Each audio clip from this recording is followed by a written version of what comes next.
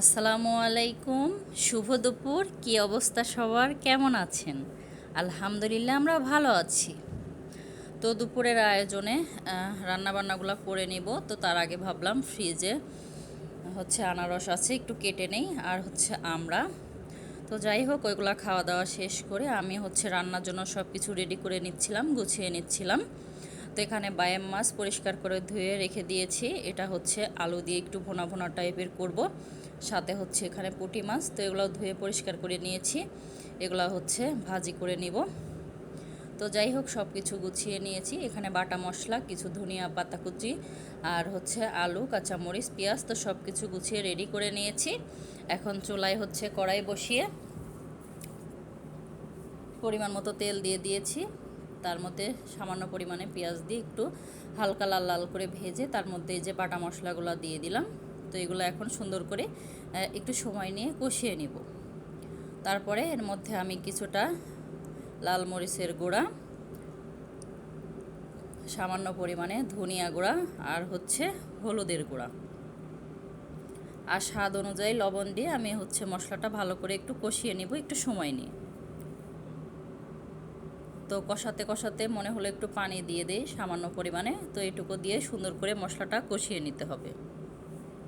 আর আপনি যদি আমার চ্যানেলে আজকে নতুন এসে থাকেন, চাইলে আমার চ্যানেলটিকে সাবস্ক্রাইব করে নিতে পারেন।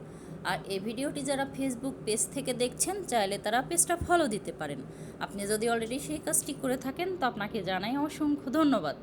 তো আপনাদের সাথে কথা বলতে বলতে মাছগুলো ঢেলে দিয়ে মশলার সাথে সুন্দর করে কষিয়ে উঠিয়ে নিয়েছি।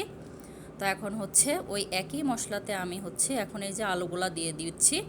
তো আলুগুলা খুবই ছোট ছোট করে কাটি নাই, একটু লম্বা লম্বা করে কেটে নিয়েছি, একটু মোটা মোটা করে। তো এই অবস্থায় দিলে আলুটা খেতে বেশি ভালো হয়, মজা লাগে আর কি, এমন করে কেটে দিলে মাছের তরকারিতে। তো যাই হোক আমি সুন্দর করে সময় নিয়ে কষানোর পরে ঝোলের পানি দিয়ে দিয়েছি। তো ঝোলটা ফুটে গেলে মাছগুলো দিয়ে দিব। আর পাশের চুলায় আমি ফ্রাই প্যান বসিয়ে পরিমাণ মতো তেল দিয়ে দিয়েছি। তেলটা গরম হয়ে গেছে, মাছে হলুদ, লবণ আর লাল মরিচের গুঁড়া মাখিয়ে আমি সুন্দর করে ভেজে নিচ্ছি। তো গরম গরম ভাতের সাথে এমন পুঁটি মাছ ভাজা দিয়ে ভাত খেতে কিন্তু খুবই ভালো লাগে। এক প্লেট ভাত অনায়াসেই শেষ হয়ে যাবে, এতটাই মজা লাগে এই মাছ ভাজি দিয়ে ভাত খেতে। তো ঝোলের পানিটা ফুটে গেছে যেহেতু, এখন এই যে বায়াম মাছগুলো আমি দিয়ে দিচ্ছি। আগে থেকে কষিয়ে উঠিয়ে রেখে দিয়েছিলাম আর কি। এখন আলুর সাথে মিশিয়ে দিচ্ছি সুন্দর করে, একটু আলতো হাতে নেড়ে চেড়ে দিচ্ছি। তো এই পর্যায়ে এসে ভাবলাম উপর দিয়ে 3-4টা কাঁচামরিচ ফালি করে দিয়ে দিই, একটু ঝাল ঝাল লাগবে, খেতে ভালো লাগবে। তো মাছগুলো এক পাশ হয়ে গেছে, আর এক পাশ উল্টিয়ে সামান্য পরিমাণে মরিচ ফালি আর পেঁয়াজ কুচি দিয়ে দিচ্ছি। পেঁয়াজ কুচি আর কাঁচামরিচগুলো মাছের সাথে একটু ভেজে নেব, খেতে ভালো লাগবে। ভিডিওর এই পর্যায়ে এসে এখন পর্যন্ত যারা ভিডিওটি দেখছেন অথচ একটা লাইক দিতে ভুলে গিয়েছেন, প্লিজ একটা লাইক দিতে ভুলবেন না। আর ভিডিওটি যদি বেশি বেশি ভালো লাগে কমেন্টের মাধ্যমেও জানাতে পারেন, চাইলে ভিডিওটি ফ্রেন্ড ও ফ্যামিলির মাঝে শেয়ারও করতে পারেন। তো যাই হোক পুঁটি মাছগুলো ভাজা প্রায় শেষের দিকে, নামিয়ে নিব আর কিছুক্ষণ জাল করে। তো খুব লো হিটে জাল করে রান্নাটা করে নিচ্ছি। আর এদিকে ধনিয়া পাতা কুচি দিয়ে দিলাম।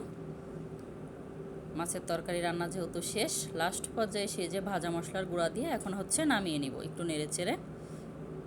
তো ভাজা মশলার গুঁড়া দিলে হয় কি, খেতে বেশি মজা হয়। তো এটা যেহেতু বায়াম মাছের তরকারি, এমনি নর্মাল মাছ রান্না করলেও দেই, খেতে ভালো লাগে। তো রান্না মোটামুটি শেষ, নামিয়ে নিয়েছি, একটু ফাইনাল লুকটা দেখিয়ে দিচ্ছি। তো পুঁটি মাছ ভাজি আর বায়াম মাছ আলু দিয়ে একটু ভোনা ভোনা টাইপের সামান্য একটু ঝোল রেখে দিয়েছি, খেতে অনেক মজা হয়েছিল। তো ভিডিওটি প্রথম থেকে শেষ পর্যন্ত দেখার জন্য সবাইকে ধন্যবাদ। আপনাদের সবার সুস্বাস্থ্য ও দীর্ঘায়ু কামনা করে আজকের ব্লগটি এখানেই শেষ করছি। আল্লাহ হাফেজ, আসসালামু আলাইকুম।